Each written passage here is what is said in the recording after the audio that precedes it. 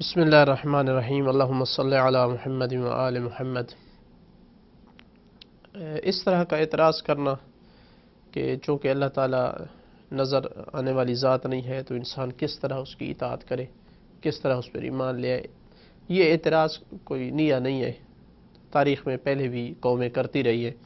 ان میں سے ایک قوم موسیٰ علیہ السلام کا ذکر ہے قرآن میں کہ صراحتاً انہوں نے واضح طور پر کہا کہ لن نؤمن لک حتی نری اللہ جہرۃ، کہ ہم آپ پر ایمان نہیں لائیں گے، ہرگز نہیں لائیں گے جب تک کہ ہم اللہ کو واضح طور پر دیکھ نہ لیں۔ تو یہ پہلے بھی لوگ کہتے رہے۔ اس اعتراض اور اس شبہ کہ ہم اگر بیک گراؤنڈ میں جاتے ہیں کہ اس کا سبب کیا ہے، تو دو میں سے کوئی ایک چیز سبب ہو سکتی ہے۔ یا تو یہ کہنا چاہتے ہیں کہ ایسی ذات کہ جس کو انسان فیل نہ کر سکے، کسی طریقے سے بھی دیکھ نہ سکے، مس نہ کر سکے، ایسی ذات کا پایا جانا ممکن نہیں ہے۔ یعنی دوسرے لفظوں میں ہر وہ ذات جو موجود ہے ضروری ہے کہ انسان اس کو فیل کر سکتا ہو، محسوس کر سکتا ہو۔ یا یہ کہنا چاہتے ہیں، یا یہ کہنا چاہتے ہیں کہ نہیں، یہ چیز پاسبل ہے کہ کوئی ذات ایسی موجود ہو جس کو انسان فیل نہ کر سکتا ہو، یہ ممکن ہے، لیکن اللہ تعالیٰ کے وجود پر دلیل نہیں ہے، کوئی ایسی یقینی ٹھوس جو ہے وہ دلیل چاہیے، وہ نہیں ہے۔ اگر یہ دوسری بات کہنا چاہتے ہیں دلیل کے بارے میں، تو دلیل کے بارے میں انشاءاللہ ہم تفصیل سے بات کریں گے کہ ایک دلیل نہیں ہے، کئی دلیلیں ہیں۔ ہم ابھی آتے ہیں پہلی چیز کی طرف کہ اگر وہ یہ کہنا چاہتے ہیں کہ ایسی ذات کا ہونا ممکن نہیں ہے جس کو انسان فیل نہ کر سکتا ہو، تو یہاں پر ہم کہیں گے، یعنی ان کو بھی سوچ کی دعوت دیتے ہیں کہ دیکھیں انسان کو کب حق حاصل ہے کہ وہ کسی چیز کی نفی کرے۔ اس میں مختلف چیزیں ہوتی ہیں، ان کو اس حساب سے نفی کرنا ہوتا ہے۔ بعض چیزوں کی نفی انسان حس کے ذریعے سے کرتا ہے، فیل کر کے۔ بعض چیزوں کی نفی انسان تجربے کی بنیاد پہ کرتا ہے، اور بعض چیزوں کی نفی انسان عقل کی بنیاد پہ کرتا ہے۔ مثال کے طور پر انسان کسی چیز کے بارے میں جاننا چاہتا ہے کہ یہ چیز گرم ہے یا نہیں، تو ہاتھ لگا کر چیک کرے گا۔ اب جس انسان نے ہاتھ لگایا ہے اور چیز گرم نہیں تھی، تو اس کو حق حاصل ہے کہ وہ کہے یہ چیز گرم نہیں ہے۔ یا مثلا گیا ہے کمرے میں، دیکھا ہے زید موجود نہیں ہے، تو اس کو حق حاصل ہے کہ کہے کہ زید نہیں ہے، یعنی نفی کر سکتا ہے، چونکہ اس نے اپنے حواس کو استعمال کیا ہے۔ اگر وہ چیز موجود ہوتی تو ان حواس کے ذریعے سے وہ محسوس کر لیتا، دیکھ لیتا، مس کر لیتا، سن لیتا، مثلا اگر سننے کے قابل ہے وہ چیز، تو سونگ کر کچھ چیز کی نفی کی جاتی ہے کہ مثلا یہ چیز خوشبودار ہے یا نہیں، تو سونگ کر بندہ بتا سکتا ہے کہ نہیں ہے۔ تو لہٰذا کچھ چیزوں کی نفی انسان اپنے ان حواس خمسہ کے ذریعے سے جو ہے کر سکتا ہے۔ بعض چیزوں کی نفی انسان تجربے کی بنیاد پہ کرتا ہے۔ ایک بوٹی پر بار بار تجربہ کیا گیا کہ یہ کیا ٹیمپریچر کو نیچے لاتی ہے یا نہیں، مثلا ایک پودے پر تجربہ کیا گیا تو دیکھا کہ نہیں، فائدہ نہیں دیا ہے، تو اس کو حق حاصل ہے کہ کہے کہ یہ پودا جو ہے یا یہ بوٹی جو ہے یہ ٹیمپریچر کو نیچے نہیں لاتی ہے، فائدہ نہیں دیتی ہے۔ بعض چیزوں کی نفی انسان عقل کی بنیاد پر کرتا ہے کہ مثلا انسان کہہ سکتا ہے کہ زید جو ہے بازار میں نہیں ہے، چونکہ زید اس کے سامنے بیٹھا ہے۔ تو اب بازار میں ہونے کی جو نفی کر رہا ہے وہ کس بنیاد پہ کر رہا ہے؟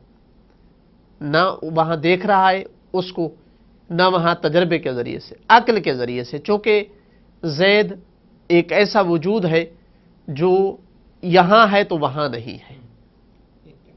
یا مثلا کہہ سکتا ہے کہ یہ چیز ٹھنڈی نہیں ہے، ہاتھ لگایا ہے گرم تھی، کہہ سکتا ہے کہ یہ چیز ٹھنڈی نہیں ہے، نفی کر سکتا ہے۔ کس بنیاد پر؟ عقل کی بنیاد پر، چونکہ اگر گرم ہے تو یقیناً ٹھنڈی نہیں ہو سکتی۔ تو کچھ چیزیں، اس کو ہم جمع بین نقیضین کہتے ہیں کہ جو مستحیل ہے، ممکن نہیں ہے، پاسبل چیز نہیں ہے۔ اسی طرح عقل کہہ سکتی ہے کہ مثلا اگر 2 میٹر کی 2 لکڑیاں ہیں تو عقل کہہ سکتی ہے کہ یہ جو ہے مساوی ہیں، یا مثلا ایک جو ہے دوسرے سے بڑی نہیں ہے، تقسیم کر کے۔ تو لہٰذا کئی ایک چیزوں کی نفی انسان عقل کی بنیاد پہ کرتا ہے۔ ہم اپنے اب ٹاپک پہ آتے ہیں کہ جو لوگ کہنا چاہتے ہیں کہ ایسی چیز موجود نہیں ہو سکتی جس کو انسان فیل نہ کر سکے، یہ کس بنیاد پہ نفی کر رہے ہیں؟ یہ کیا اس چیز کو دیکھ کر کے نفی کر رہے ہیں، اس کو چکھ کر کے نفی کر رہے ہیں، اس کو سن کر نفی اس کی کر رہے ہیں؟ ان چیزوں کے تو اصلاً درک میں آنے والی نہیں ہے، وہ فیل ہونے والی ذات ہی نہیں ہے، اصلاً اس کے ماورا ہے، امیٹیریل چیز ہے۔ تو کس طرح وہ اپنے ان حس پر، حواس پر اعتماد کر کے جو ہے اس کی نفی کرنا چاہتے ہیں؟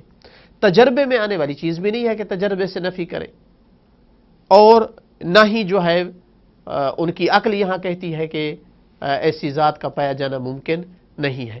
تو لہٰذا یہ صرف اور صرف رجم بالغیب ہے، یعنی ایک اندازے اور تکے پہ بات ہے، ورنہ ان کے پاس کوئی ایسی دلیل نہیں ہے کہ وہ اس دلیل سے ثابت کریں کہ ایسی چیز کا پایا جانا ممکن نہیں ہے جس چیز کو انسان فیل نہ کر سکتا ہو۔ حقیقت یہ ہے کہ اس ذات کی نفی کرنا جو میٹیریل ذات ہے اور مثلا فیل کرنے کے وہ قابل نہیں ہے، تو اس کی اگر کوئی نفی کرنا چاہتا ہے تو سوائے عقل کے اس کے پاس کوئی اور راستہ نہیں ہے، چونکہ وہ تجربے اور مشاہدے اور حس میں آنے والی چیز نہیں ہے۔ تو اگر کسی کے پاس کوئی عقلی دلیل ہے تو وہ پیش کرے کہ عقل کہتی ہے کہ ایسی چیز کا پایا جانا ممکن نہیں ہے، ورنہ یہ نہیں کر سکتا کہ میں نے چکھا ہے اور وہ نہیں ہے، یا میں نے سونگا ہے اور وہ نہیں ہے۔ دو آدمیوں کی بحث ہو رہی تھی اسی ٹاپک پر، تو ایک ملحد قسم کا آدمی تھا، اس نے یہی بات کی کہ ہم کیسے مانیں جب نہ اس کو دیکھ سکتے ہیں، نہ سن سکتے ہیں، نہ مس کر سکتے ہیں۔ تو بندہ دوسرا سمجھدار تھا، وہ گیا، اس نے ایک لکڑی کی گیند بنائی چھوٹی سی اور ایک لوہے کی، اور دونوں کو ایک جیسا پیٹ کر دیا، سامنے آ کر کے رکھا، کہا دیکھ کر بتاؤ ان میں سے لوہے کی کون ہے اور لکڑی کی کون سی ہے؟ کہا نہیں بتا سکتا۔ کہا کہ میں ان کو ہلاتا ہوں، ان کی آواز سن کر کے بتاؤ۔ کہا میں نہیں بتا سکتا ان میں سے کون سی ہے۔ کہا ہاتھ لگاؤ اس کو، دونوں کو ہاتھ لگایا، کہا نہیں بتا سکتا۔ کہا جب تو ان حواس پر جن کی بار بار بات کر رہا ہے ان پہ اعتماد کر کے تو ان دو گیندوں میں سے نہیں بتا سکتا کہ کون سی لوہے کی ہے اور کون سی۔ کہا پھر ان کو اٹھاؤ، ان کو اٹھایا، کہا اب پتہ چلا ہے؟ کہا یہ بھاری ہے، مطلب ہے کہ لوہا ہے۔ کہا یہ کون بتا رہا ہے تجھے؟ کہا کہ عقل بتا رہی ہے، عقل کہتی ہے کہ یہ بھاری ہے تو اس کا مطلب ہے یہ لوہا ہے اور دوسری لکڑی ہے۔